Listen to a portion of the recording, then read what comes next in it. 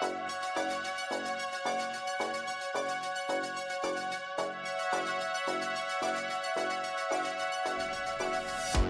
an excellent day for an exorcism.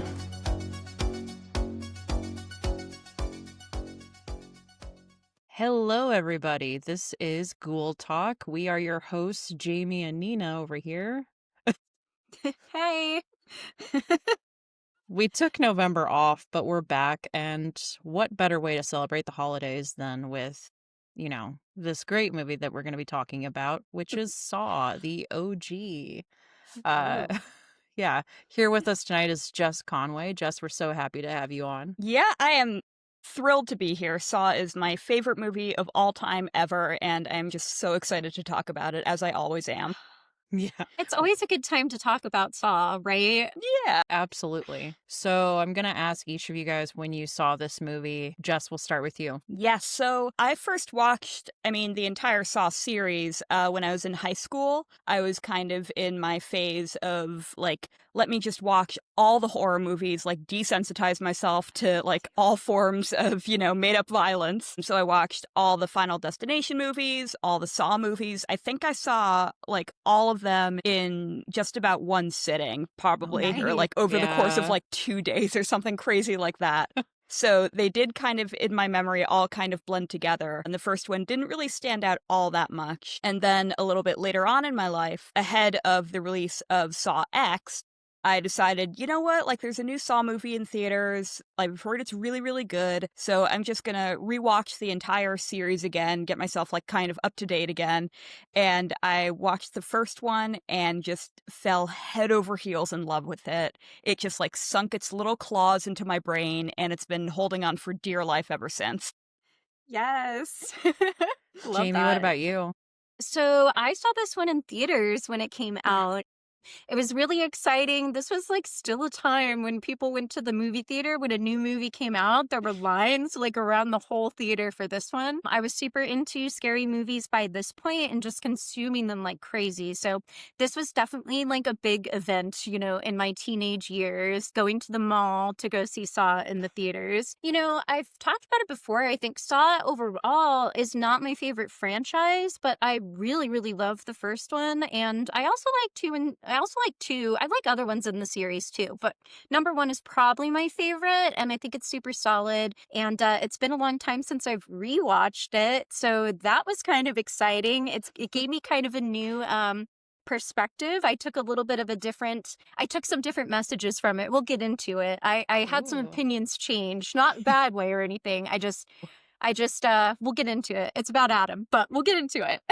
Okay. My favorite. Yeah, for sure. First time I saw this, I think I was renting it from the local Blockbuster because I was not old enough yet to see it in theaters. But yeah, I was probably in middle school, and I basically rented all of them all at once and just had a whole movie night, kind of like you, Jess. I remember watching as much horror as possible in a very short span of time, and just I couldn't get enough of it. And Saw, it was so unique, especially at the time. There was nothing really like it. Yeah. And it still stands out fairly well in that particular subgenre of what do they call it again? Torture porn. Which is, yeah. not my favorite term, but, Oh, yeah. and I think one that's misapplied to Saw in particular, especially the first one. Yeah. Agreed. But it definitely, kind of kick-started that movement. That and Hostel, I feel were, Yeah. the titans Yeah. of their time. For sure. Oh, I will yeah. say I think Hostel more so falls into that genre than Saw. Oh, Saw 100%. later Agreed. on, sure, Saw yeah. definitely falls into it, but that's just because it was popular because of them. So, Yeah. but Kind of a self-fulfilling prophecy, almost. exactly. Yeah. No, I always loved the first one. I think that the first three are the best, and then after that, it's kind of downhill. But the newer ones are pretty good. Yeah, Agreed. oops, sorry, my You're good. laptop is misbehaving again. I do think that while I love all my children equally, I love all the Saw movies in different ways. Yes. Yeah. I even love Jigsaw and Spiral, even though a lot of Saw fans don't. I still have a soft spot in my heart for just every movie in the franchise.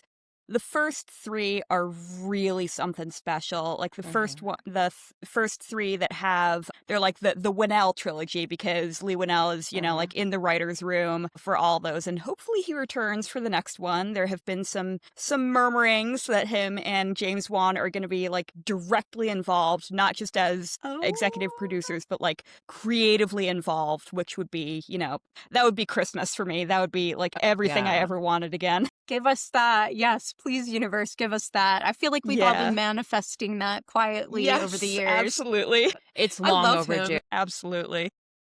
All right, let's get into it, shall we? So, yes. The concept of the first Saw film is that you've got two men stuck in a room. They don't know each other, supposedly, right? And they have to basically figure out how they're going to get out of there, whether it's by Jigsaw's rules or their own. So I just made that up on the fly. I did too. No, that's really, really good. I've never heard that kind of like. I liked it. It was not just winging it here, as always.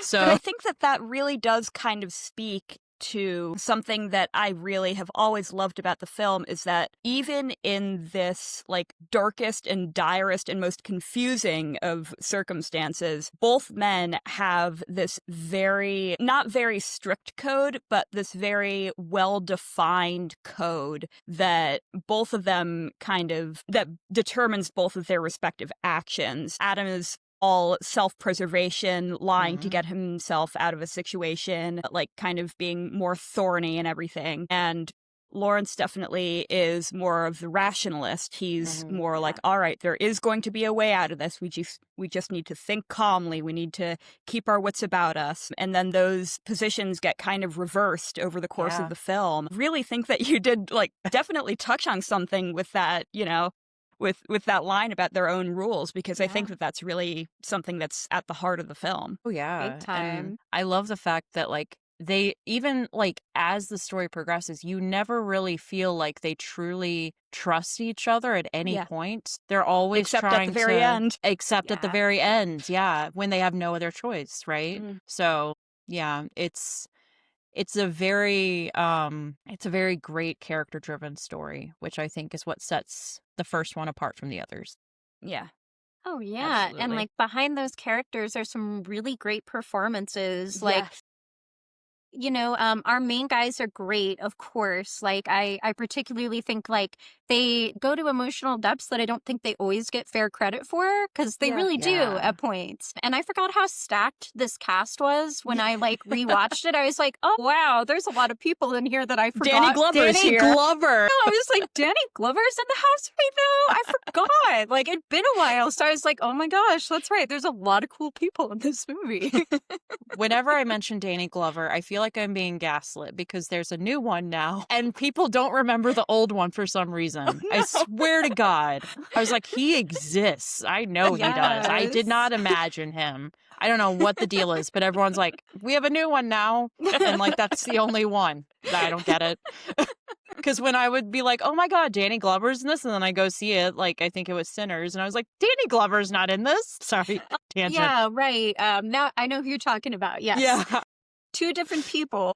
Very different. Yeah. But no, Danny Glover is in this, and he is phenomenal as always. Absolutely. Yeah. Yeah. I was going to say too, there's like some moments I really like when Dr. Gordon kind of goes from level-headed to losing it, I think that was a cool moment. And this is just talking about performances. I also really like the moment when Adam is like watching him saw his foot off at the end, just like he gives such good face in that moment. Like he's really selling the serving it. panic so effectively. That was actually one of the stipulations when James Wan and Lee Winnell were shopping the script around to producers and like trying to actually get this thing made. One of their stipulations was that Wan had to direct and Winnell had to be in it. He had to be an actor in it. And those were two things that they were just not willing to budge on, because people were like, oh, we could cast somebody else in the role. And they're like, nope, we're going to walk, Did they always want him to be Adam? Yeah. Okay. Yeah, just always. making sure. Yeah. From the very, very start. Okay. And he just absolutely nails it. It was his first, I believe it was his first major film role. He had a couple of lines in one of the Matrix sequels. I think Matrix Revolution. No, not Matrix I Revolutions. think I'm, I I'm know not which sure one which it one. is. I Yeah, think I he has know. literally like 2 lines and then he dies, which, is a kind of a Yeah. trend for his performances going forward. But He could but sure it die was good.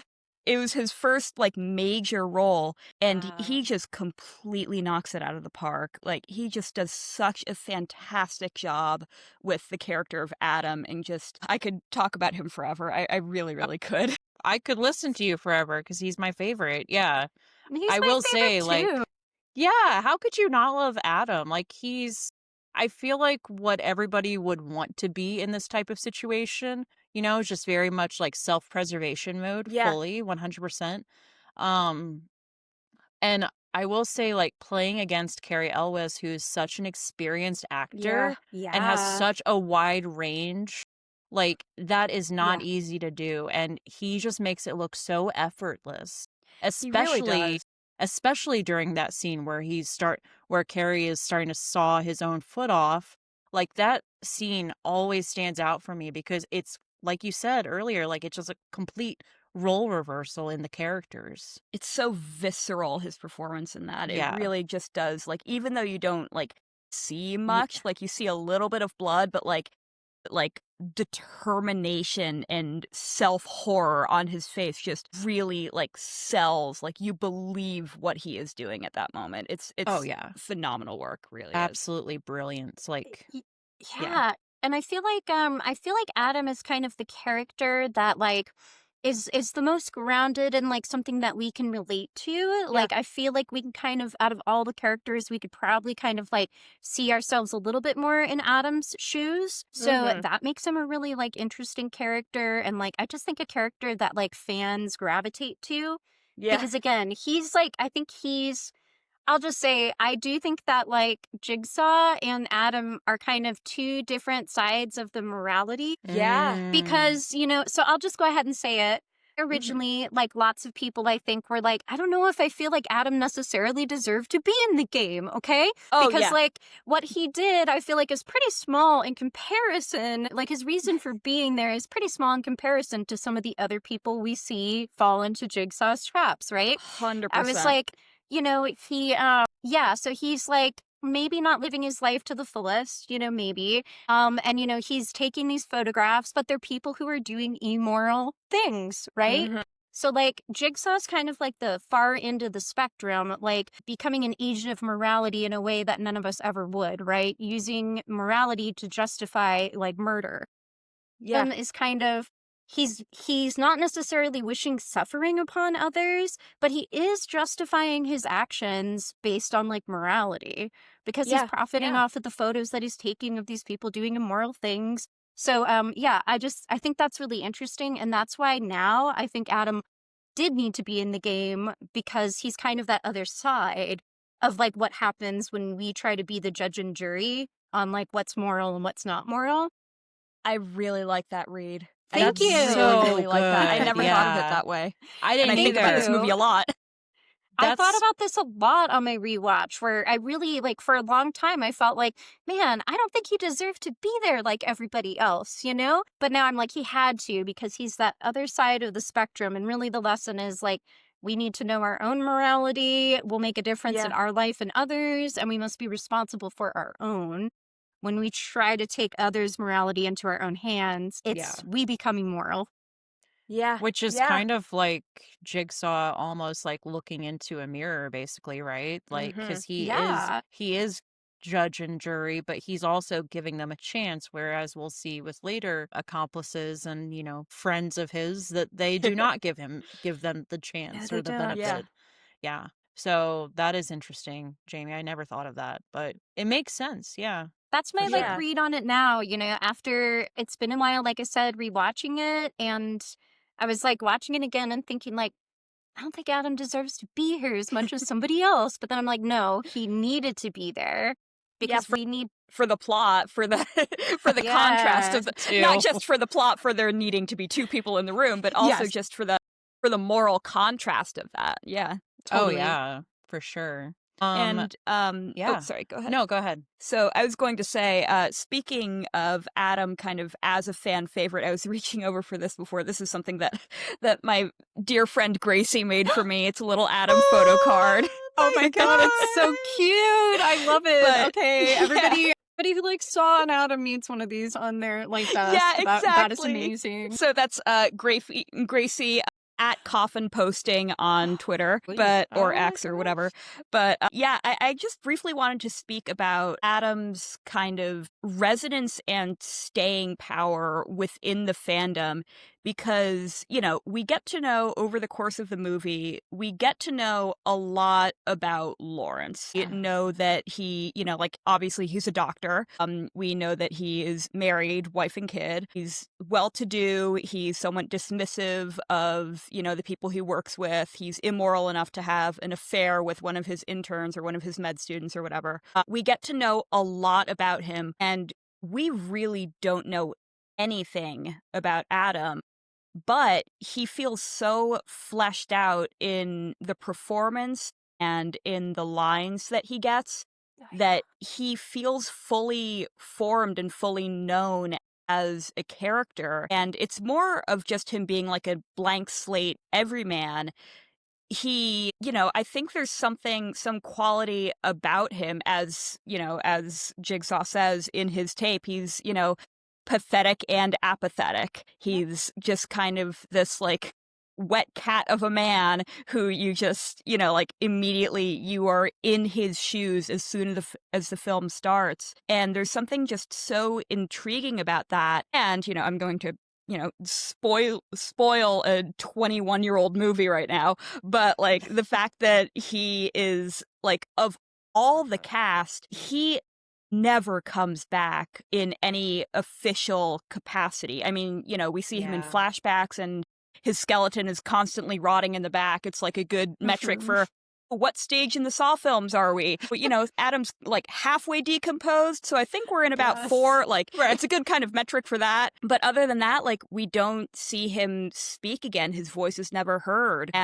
But still, his death at the end of the movie is so emotionally resonant, and the image from the final frame of the movie that sticks with people is him just reaching out and, you know, begging for his life, and it just sticks with you so much. And I feel like, you know, without that performance and without that, you know, immediate gravitation towards this central character, like, there is no Saw. Even though Saw continues without him, he is really at the heart of it. And he's just such a fascinating character to think about because, again, like, we don't know a lot about him. We know that he had a feminist vegan punk ex-girlfriend. We know that he got stabbed with a rusty nail by his best friend Scott Tibbs at his 6th birthday. But, you know, aside from all that, we know absolutely nothing about this guy. And I think that's just so tragic that we never get to know him. We only know his death. That's such a great outlook on that character. I've never really thought about it that much, but obviously you're the fan of it. I will say, I think that, I mean, we all would want to be like Adam, I feel like, but I think that deep down we all really are, because a lot of us kind of, in Adam's way, he always just skates through life, and he's like, the whole reason like he's really in this room is because he's exploiting other people. Yeah. And their misfortunes or whatnot, to have food on the table or do this or do that. And I feel like we see that so often, people making, maybe not to the degree he was, but like people making choices to somehow hurt other people in order to get what they want or need. Yeah. And yeah, like people are just like in a fog. They're just doing what they need to do, basically, and just skating through life and not thinking of the consequences, not valuing their life and the time that they have. And by the, I don't know, 20 minutes left of the film, you hear Adam say, "I want to live." Yeah. And that's really like the first time you really see him have any like appreciation for his life. Up until this point, he's really just like, what do I need to do to get out of this room? Like, I just don't want to be here anymore. It's uncomfortable, blah, blah, blah. Like, yeah. So I think that that's, again, what really makes him so relatable is because, he is just trying to get by, basically, to get to the next step, right? Yeah, and there is Yeah. this absolutely heartbreaking line that I only noticed it for the first time when I watched the movie with subtitles on, because it's, kind of covered up by Lawrence's panicked screaming, Yeah. but You gotta have when the he's subtitles, I'm telling yeah, you. yeah, I love subtitles I so do much. too. I watch every Same. movie with them. Yes. Even if I've seen it 100 times, subtitles. Absolutely. But I think it's right before Lawrence is about to cut off his foot, and Adam says, I have a family too. I don't see them anymore. That's my mistake. Which Yeah. oh my God, that splits my heart in half every time I hear it. There's a line in the original script, which Lee Winnell actually uploaded to his personal blog for our perusal that I have been, poring over ever since he uploaded it. But there's a during the flashback to Adam's apartment where we get like a little bit of a glimpse into his life. There's a moment that was deleted from the final product that shows up in the script where his mom leaves a voicemail for him saying like, honey, just call us back. Your father isn't angry anymore. We just want to know if you're Aw. okay. And he hesitates and then writes a note saying like, call mom with a question mark, like on like a little note in his dark room. And Wow. immediately after that, he gets kidnapped. And it's just like, oh my God, it wrecks me so much, And I wish that could have stayed in there I because know he that's also like feeds a cat, and it's like just like, all right, like you're just piling on the tragedy of this guy. He literally saved the cat, You don't have to. Oh my God, that's amazing. As if there weren't more reasons to love him. I mean, Yeah, again, exactly. I Ugh. think he's relatable, he's, yes, he's like exploiting other people. He's not living his life to the fullest, but like Yeah. at the same time, he's not like super cruel, Yeah. and he's also like not unredeemable. Like he's somebody that you're like, man, like if he were able to survive the trap, like his life, he would change his life, Yeah. like he would do things differently. Like he wants to live. He has empathy, even though he knows what Lawrence has done, like Dr. Gordon's done, he still has empathy for him in moments. Yeah. Like with his mom, I'm sorry, with his wife and the daughter and everything. Like He's not, keeping the he's a, photo from him because he knows that it'll like yes, make Lawrence, lose his mind basically. Like yes, he does that out of empathy and out of concern for him, And it's just yeah. love this dude. I do too. Again, he's a character that I think as the audience, we're Team Adam. Like we can Yeah. relate to him. And again, he's like redeemable. Like Yeah. Yeah. he would have changed his life. Like he would have taken this to heart. Well, he just But wasn't given the chance. Yeah. oh, Yeah. yeah. For sure. As we come to find out later by a certain somebody. And speaking of that, let's talk about some of these traps in this film. So, Yes. of course, we've got the iconic reverse bear trap, right? Which Yes. is right behind Jess over there. Right here. Yes. I so much love it. I'm very proud of it. Last time we were talking with Jess, Jamie, I was telling her about when you did the costume for Halloween last year. Oh God. Yeah. Oh my gosh. I made that thing out of cardboard. Like it had its flaws. It wasn't perfect, but I made that thing with cardboard, a lot of hot glue, and some great spray paint. It took me hours. And a but I dream. was like, and a dream. Yes. It looked so good. She even had like a red shirt on to look like Shawnee. Like, you need to send my a picture God. to Jess after. My God. Please do. Oh my gosh, I can't wait yeah. to see that. By the way, Jess, you'll be happy to know when I was rewatching Saw for this, I was paying very close attention to those fingers. Yes. Jamie, do you know this? What? This is like my favorite piece of Saw trivia. Jess? So, Ooh. Shawnee Smith, a couple of layers to this. Shawnee Smith had the flu during the entirety of filming. And so when she's like in the police station looking all like, run down and everything, like part of that is because she Yes. actively had the flu at the time. What a So badass. as a result of, I'm not sure if it was as a result of that, or I believe that she also was pregnant, like directly after the film. She found out that she was pregnant. But they had to do some reshoots for some close-ups, especially involving the bear trap, like when she is digging through the guy's guts and trying to get the key. Like they needed her back to film close-ups of the hands for that. And she, like either she just like couldn't get back into the headspace, or she was like, you know what, like I'm pregnant, I don't want to put myself through that, which understandable. So instead, Winnell was like, you know what? I'm just going to do it myself. He painted his nails black to match Shawnee Smith's, and he just dug through those guts himself. And so when you see the close-ups of Amanda's hands digging through the guts and holding up the key, those are Leigh Whannell's hands. And it speaks to just like the commitment and also the impossibly low budget of the film that, they had to get their lead guy to go back and do the reshoots. Wow. And also for some of the scenes with Detective Stephen Singh, hunting down Jigsaw, when he comes through the door, like holding his rifle. If you watch the movie I don't think that this is the full screen edition. Yeah, I have the widescreen edition here, but if you see it in the full screen edition, you can actually see, because in the widescreen edition, the camera kind of like cuts off around here, but in the full screen edition, you can fully see like up to his eyes, and it's just like Leigh Whannell in this guy's suit, just holding a rifle, and it's like, wait a minute, like I don't think that's Detective Singh. I'm noticing a few key differences in the appearance of those men. Wait a minute. Yeah. That's amazing. Oh my god. But again, just like the level of commitment from everybody involved in this movie is just like, it's so clearly a passion project and is 100% the movie that they wanted to make. And it just shines through in every single frame. Yeah. Well said. I mean, there is a lot of love in those blood and guts. Like, there really is.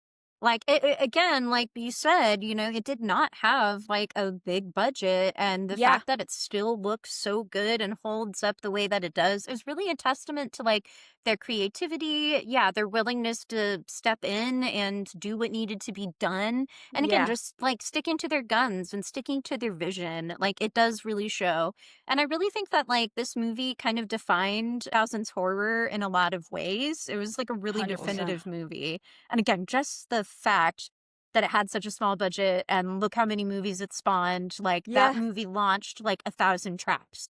Yeah, 1,000 traps, 1,000 careers. Amazing. Also, give credit where credit is due. Tobin Bell agreeing to sit on the floor for 2 hours of a film. Yes. And they didn't even think there was going to be a second one at the time. Yeah. Like, he just did it because he liked the story. Yeah, for the love of it. That's just like that level of commitment again is just like Tobin Bell.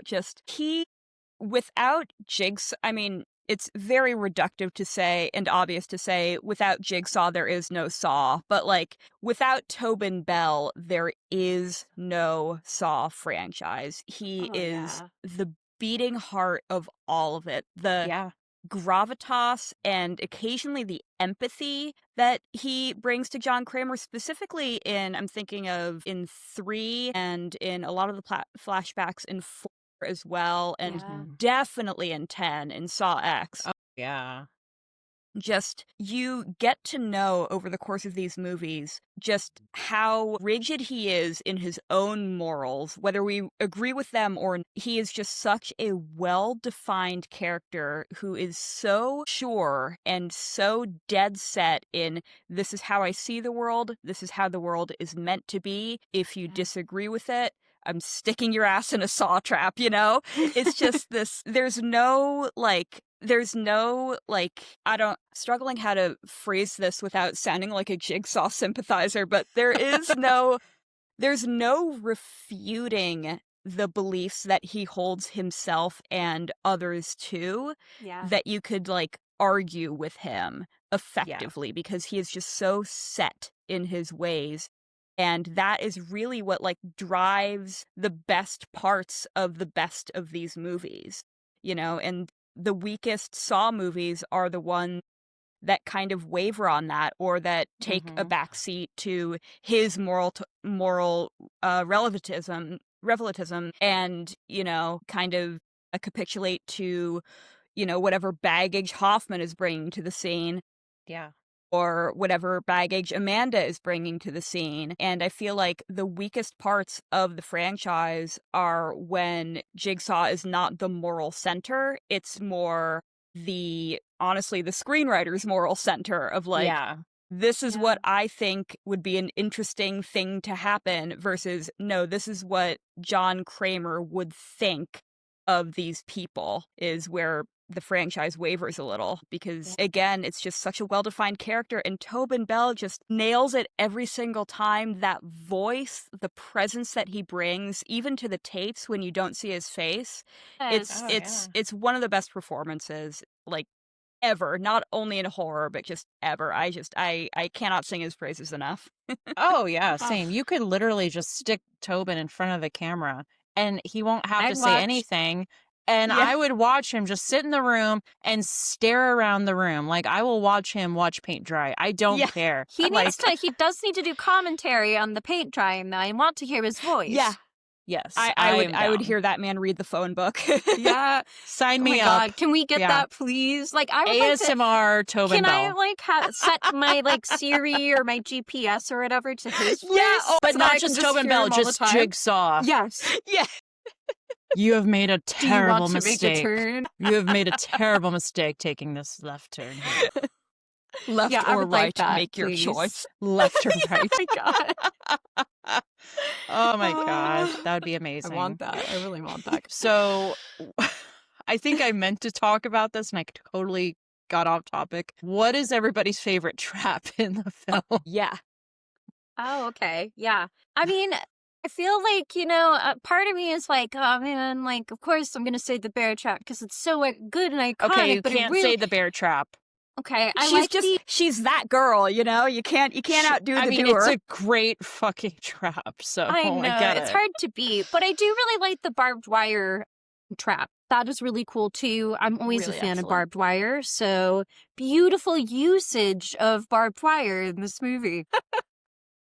Very tasteful, very elegant barbed wire. Yeah, it has a certain je ne sais quoi. Exactly. I will say, when I saw the very first one, I was very entranced by the barbed wire. I think that I could literally, that's what's so great about the Saw franchise. When we go, we like to see the traps, we like to see the deaths, and we try to envision what we would do, right? So that's one of the ones that I definitely was like, what would I do? Like, and I'm going to skip ahead to the second film because I really like the second film. I think most people do. Very good. But I was rewatching it just before this. But I really like the part in the opening trap in the second one. The Venus flytrap?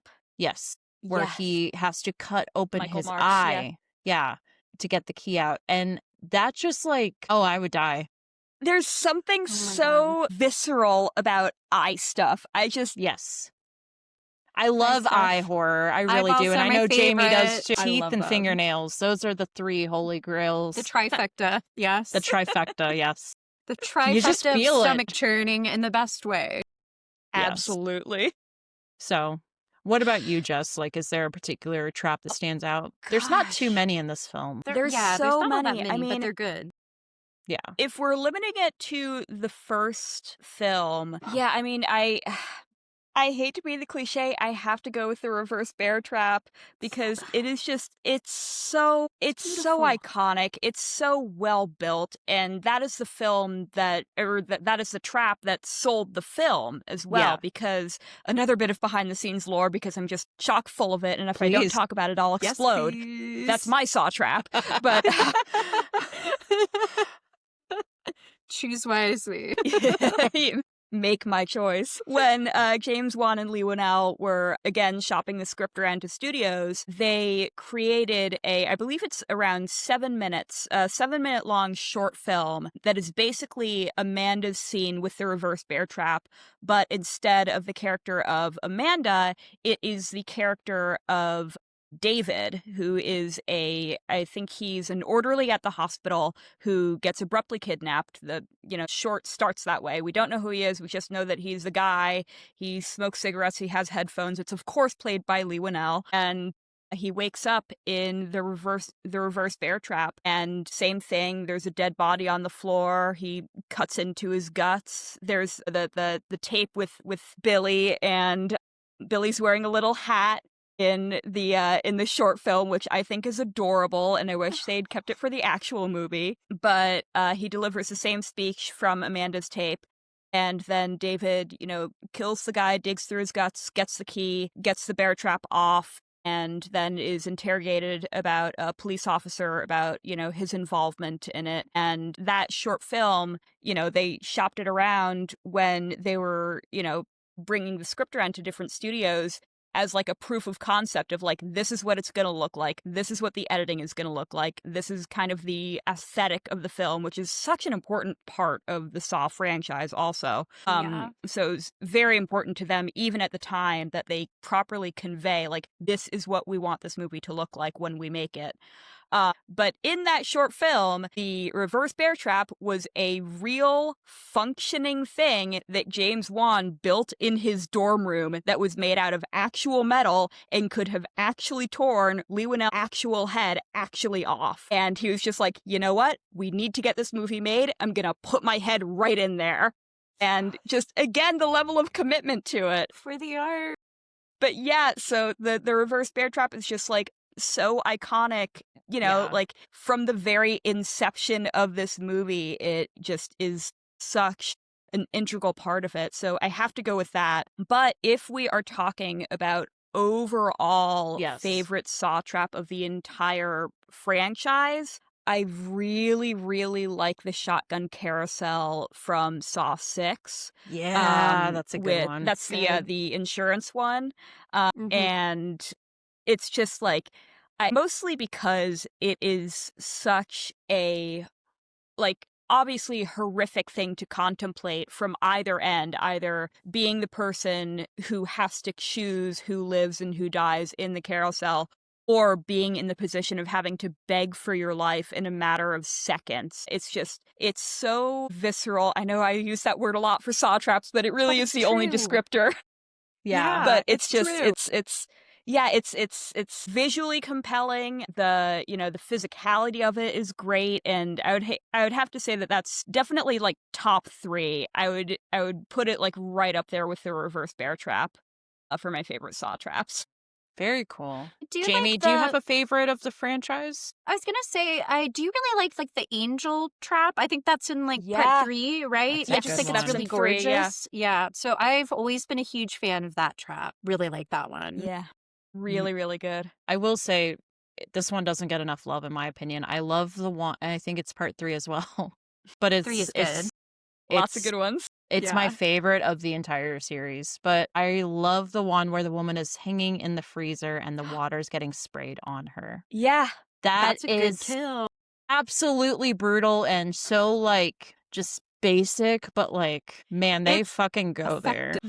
Something that over the summer I was, I really, really love this podcast called the Dead Meat Podcast and their associated YouTube channel. I adore them. Yeah, they're fun. But something that they brought up, I think it was in relation to a trap from Saw 2, the needle pit trap. Yeah. Iconic. Something that they kind of observed in that is that the most gets under your skin traps are the ones where we can effectively picture or imagine ourselves feeling those sensations. And I think the ice trap that you're describing, Nina, is just such a perfect example of that, because we all know what it feels like to be so cold that you feel like you're never going to get warm again.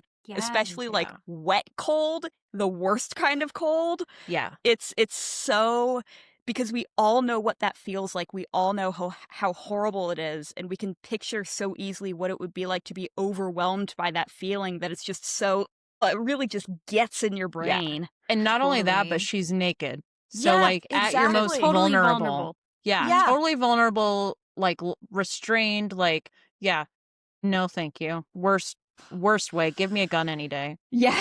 That's Give me a bear trap any day. Yeah, right? Yeah. You're right, though. I don't think that one gets enough love. It is a really effective trap. Like, it's I- not I as think- gory as the others, but like, yeah, I was just gonna it gets say, to your I think head. it's Feel it. because it's not as gory. Yeah, but it's Yeah. it's also one of the more infuriating ones because Jeff is like wearing a sweater that he later removes because he gets too hot, and it's like, okay, you can just like drape that around her. Oh, you're not gonna drape it around her. You're just gonna continue with the. Oh, okay, that's all right. That's fine. Alrighty then. Whatever. Your prerogative, man. Yeah. Serious. Yeah. You're literally just like this the entire time Yeah, with that it's dude. just- I know. He drives me crazy, but Bro. I know. Yeah. I mean, we've talked special effects already, so let's do like music, I think. Unless you have something else to add. I was gonna say, I mean, I'd love to at some point talk about just like the look of the movie, like some Let's of the do it. Yeah. cinematography. Because like Absolutely. you were saying, this movie has a very it has a very identifying kind of like look and aesthetic and feel.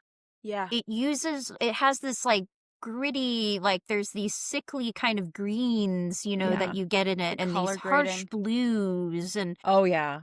they do a really good job of like close-ups and kind of handheld shots. It makes it feel very claustrophobic at times. Yeah. Yes. And then I will say, some of the shots, like how they are framed, are like a master class in cinematography. Like the framing of some of these scenes is incredible. I don't know if it gets enough credit for that, but it is like a Yeah. master It class doesn't, at yeah. points.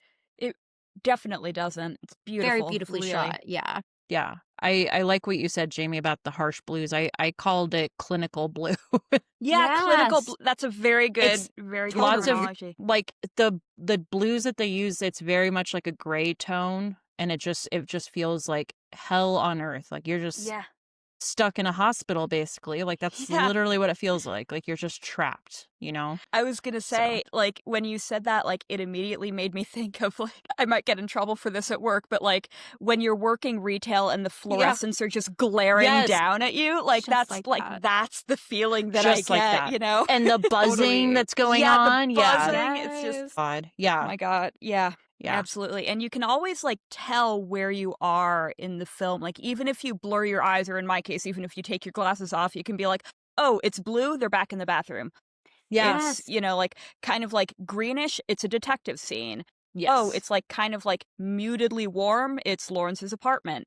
right. And for Adam's room, you have the safety lights in his Yeah. dark room, like that glowing red that's just Yeah. like so vibrant. Following that is, of course, the best scene in the movie, the most visually gripping and suspenseful scene that is also just a masterclass in framing and lighting because of the lack of lighting, where he's picking his way through his dark apartment after the power's gone out.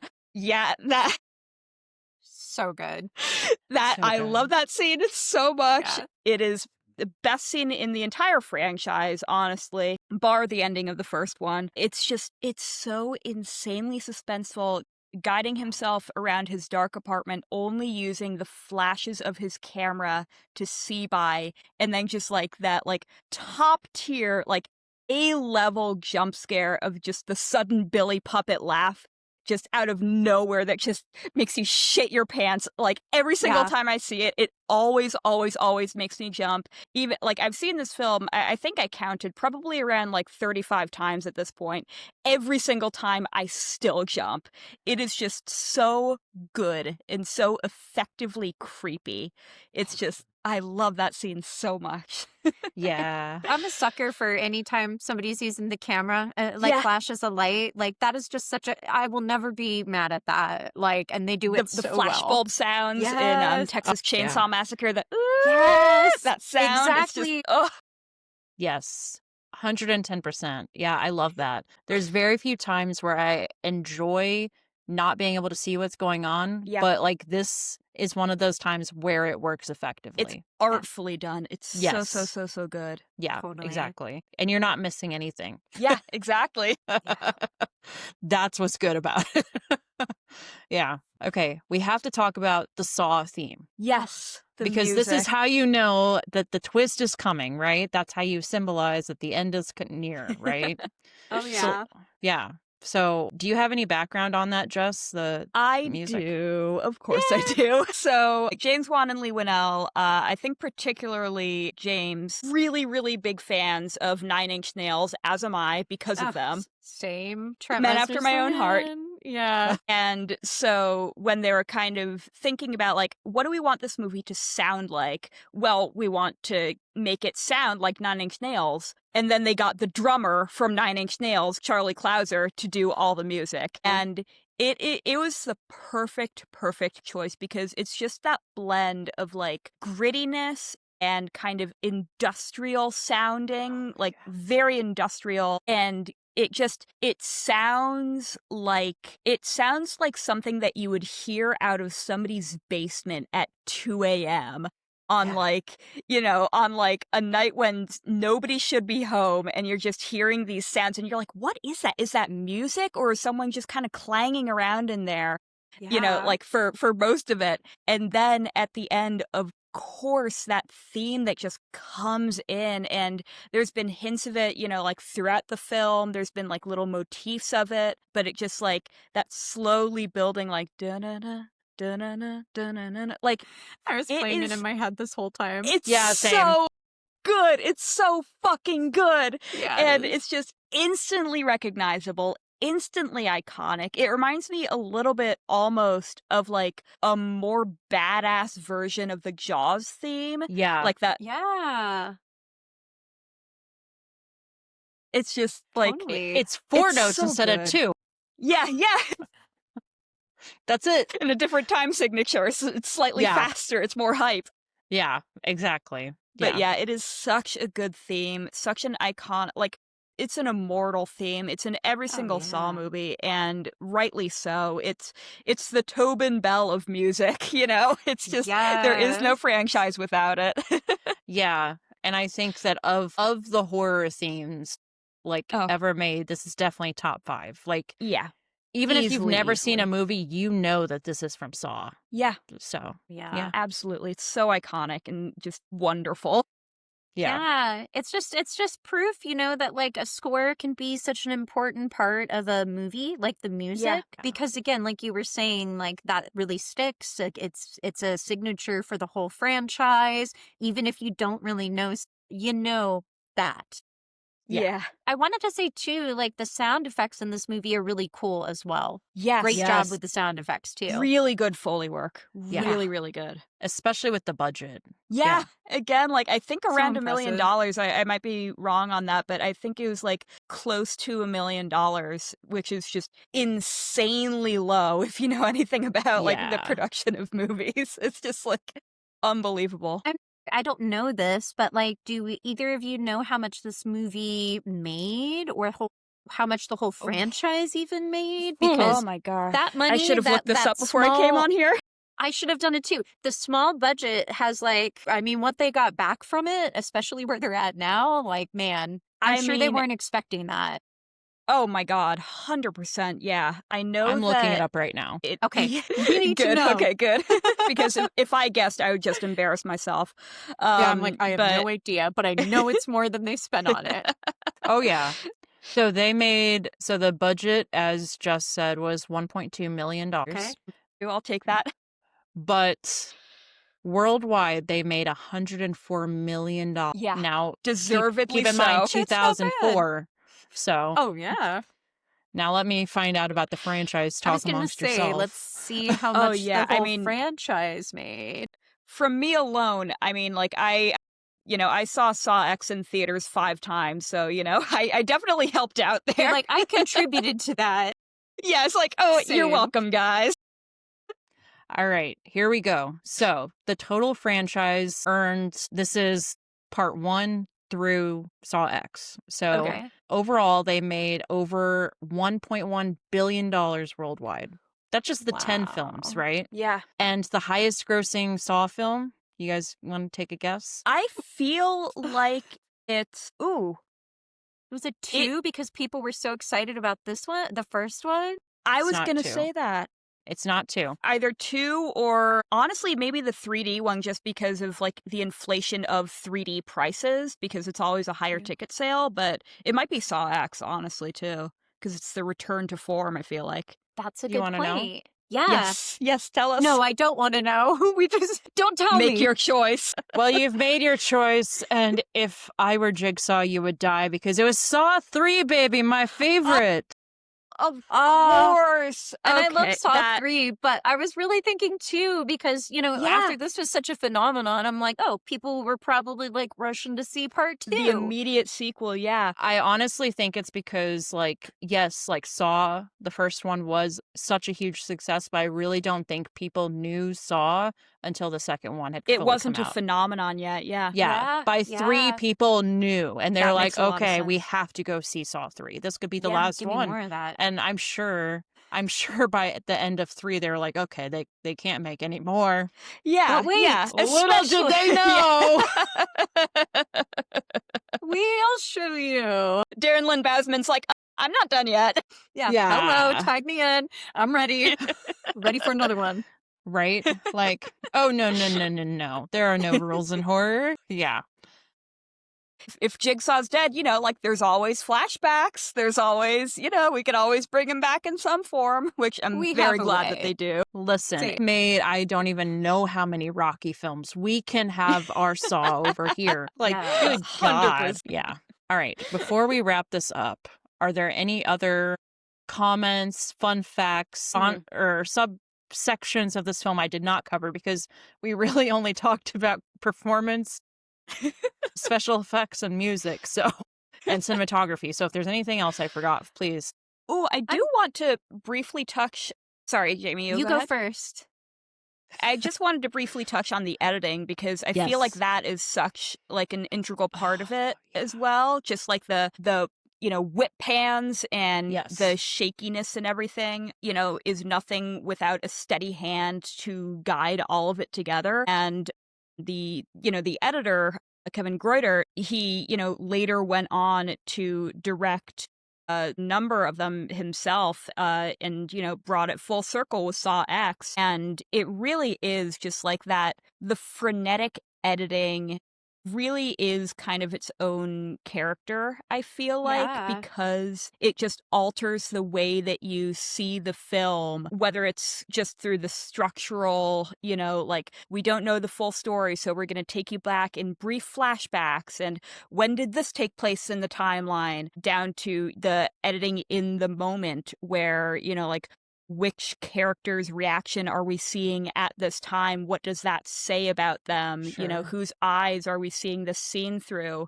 And it also contributes to the worst car chase in American cinema, which I will always bring up as like, there's times when like, the film grain is deliberate, but it looks good because like it wasn't deliberate, but it was a choice that they made because of the budget, and they made it work anyway. And like the blood and guts look great for the budget. The car chase is where you see like, oh yeah, this was made for $1 million. This was made for dirt, because that car chase, it's just like, let's get these two cars in the dark, light them up with a flashlight, kind of shake them a bit, and put the dude from Lost in one of the cars and just go. It's good. Cut it, print it. That's a car chase, everybody. Yeah. It's so funny. It cracks me up every single con. They would have been better off reusing the footage that Trauma shot of that. I was just gonna say, car use chase. the car crash from the Trauma movies. Every They time I see should that, I'm have. like, yes, I love you. It makes me so happy. They should have. Oh, They well. should have. I was gonna Yeah. say, I wanted to touch on something you said about the structure, because I wrote about the structure a little bit too. Yeah.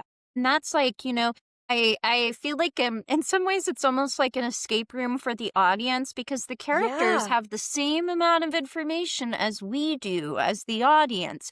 That makes it a truly immersive experience with a horror, when like you have the same amount of info as the characters themselves. So we're kind of right there with them, picking up like what they're picking up, going backwards. Like you said, I think there's a really good balance between the segues to now and the past. I think they do that really well. So yeah, I just love the immersive nature of that we know the same amount of information pretty much as the characters. Oh, That's yeah. such a good point, yeah. As well as because, like, the relationship between Adam and Lawrence is, the heart of the film, and as they learn about each other is when we, the audience, learn more about them, and we discover, like, can we trust what this guy's saying? Can we not trust what he's Yeah. saying? Why is he lying? Why does he have a reason to lie? And, the editing plays such a huge part in that, and just kind of choosing what to reveal at certain points and choosing what not to reveal is just so it really just puts you in the shoes, or I guess in the bare feet of these characters throughout the course of the film so effectively. It's just genius storytelling. It really, really is. Absolutely. Especially Definitely. when you look at where it started and then where it ultimately Yeah. ends. Yeah.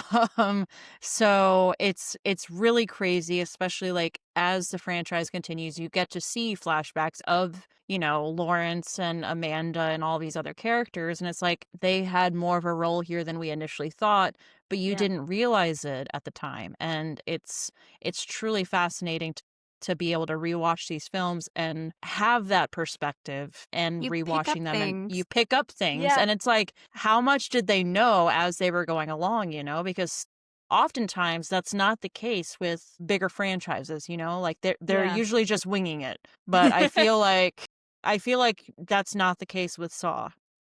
They very much knew where they wanted to end up with it. Yeah. Mostly. Yeah.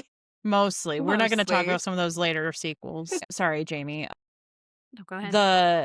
The editing, like, that's such an underappreciated part of film, because you really have to have an eye for that kind of thing. You have to have a keen attention to detail. Mm-hmm. And it's such a simple thing, but like it's really not when you're looking to tell a particular type of story. So you Yeah. have to align with the director and the writer on that type of things. Yeah. Yeah. I was just gonna, like, lastly, just kind of say that I also think, like, the morality-based horror is really cool, and I feel like it was fairly new for the time. It reminds me, reminds me a little bit of Seven, but other than Yes. that, I'm like, Yes. yeah, it's almost like, for me, because I love Seven as well, and that Yeah. movie has a lot of true horror moments in it, and Oh, I feel like yeah. it kind of has the 100%. same aesthetic in some ways too. Saw is like the horror version of that, like the real Yeah. horror version of that kind Very of. informed by it, I feel like, yeah. Totally. I Oh, mean, yeah. you got the like kind of noir detective story going on in Yeah. it as well. And I feel like, we often gravitate towards the two guys in the bathroom because it's like phenomenal to watch and really engaging. But the detective story is really, really good It's too. really well done, yeah. Like that whole other story there is really, really good. I love, Yeah. like, there's some really emotional high notes with the detective part of it too. But I like the morality-based horror thing they did here. I thought it Yeah. was really interesting. I definitely thought about that a lot on this rewatch. Yeah. That's a great point, Jamie. Yeah. I mean, I feel like most of the films do have the detective aspect, which always does feel very film noir-esque, Mhm. right? Yeah. Like it, for some reason, like even though it's always set in modern times, it genuinely feels like you're in 1940s and 50s, like New It's York or something. Like, it's yeah, such a throwback. It's such really, yeah, really well done as far as that goes. absolutely. And All right. one Yes. last thing that I very briefly, I promise, wanted No, to you're say. fine. Oh, no, lay it on I could us. talk about it all day. I could too. But just something that I have always that makes me a little bit mad about the first film is that there are two different versions, and this is very contentious within the fandom. Yes. There is the theatrical version and the unrated version. And Yes. when I think we talked about this very briefly before, but I wanted to ask you, and it's a good thing you brought this up, because I was going to ask you, yes. what is the difference between them? Because I don't think I've ever seen the theatrical versions. I think I've only ever seen unrated. So here's your moment to shine, Jess. The theatrical version is the only version that I abide by. It's the only version that I Okay. watch. The unrated version has like a couple of seconds more of gore. There's like I believe it manifests mostly in like close-ups of Jigsaw's like fake blown up head, and a couple more lingering shots of Amanda's or Lee Winnell's hands in the guts. Yeah. But the main difference between the two cuts is, in my opinion, like the culmination of the emotional journey of Adam and Lawrence throughout the film. I've, previously kind of established that like they both lie to each other over the course of the film. Their relationship, what little they have over the course of 6 hours, is defined by the truths that they do and don't hold themselves to. And in the final scene of the movie, in the theatrical cut, this is taken out in the unrated cut, and I'm not sure why. I think it's because they wanted it to feel a little more hopeless in the unrated cut. But in the theatrical cut, Lawrence saws his foot off. He crawls over to Adam. They have their little tender moment there. And as Lawrence is crawling away out of the exit of the bathroom, Adam kind of calls out to him and says, "We're going to be okay." And Lawrence turns around and says, "I wouldn't lie to you." And then he continues his journey out the door. And it's just this, like, it's this just bittersweet moment of, like, he is actively bleeding out, but he takes the time to turn around and comfort this man who he's been with through the entire film, combative in some cases, but extremely comforting in others, and just with basically, what we as the audience until Saw 3D rolls around, like in what we as the audience view to be his final moments, are spent reassuring Adam that he's going to be okay, and that Lawrence like wouldn't choose this moment to betray his trust one final time. And it is just so touching and is showing my colors here. Romantic, honestly. Yeah. Just this moment of final trust between these two men. And it's one of the best moments of the film, and one that really embodies who Lawrence is past the veneer of, the upstanding moral doctor and the lying husband. Like, at his core, he is a good man who doesn't want people to suffer and doesn't want Adam to feel hopeless. And it's just such a defining moment. And I can't, and, James Wan will forever be my enemy because he cut it out of the unrated cut. How dare you, sir? No, I feel you, though. I agree with you on that one. I think it's an important moment because like, again, going back to like morality and judging people, right? Like, it's nothing is like black and white. Like, there's all this gray in between. Everybody has different sides to them. Like, and really different makes you think. reasons, different reasoning. Yeah, no, I'm now team theatrical cut. Yeah, you can find it on YouTube. I think there's a cut of it where somebody layered the music from Titanic over that scene, but if you ignore that, that scene is on YouTube. I don't want to. I will go on. We're shipping that forever and ever. Yeah, I'm gonna find that. Send me some fan fiction, please. Yeah. And speaking of that, Jess, you are writing of that. Yes. I love Saw so much that I wrote over 180,000 words about it in a book called Till the Rodent Skyline. This is available for purchase if you want a physical copy. You can also read it for free if you choose to do so. The cover art is done by my very talented friend Turnip Oddity. You can find her on Twitter and I believe on Blue Sky as well, and on Tumblr. And there's an alternate version of the cover, which I unfortunately don't have my hands on, that my mom did the cover art for because she's extremely supportive of my work and very lovely.